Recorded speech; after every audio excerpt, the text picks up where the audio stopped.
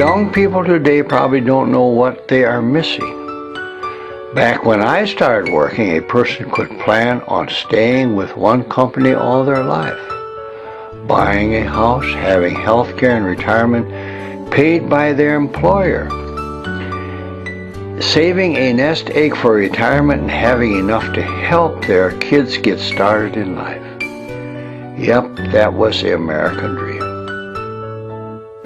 Working hard and being rewarded for their efforts, and leaving your children with a better life than even what you had.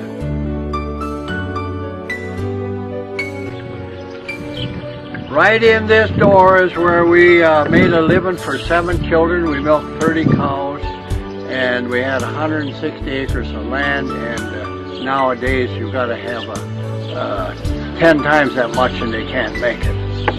So that was the way we lived in those days, and everybody worked.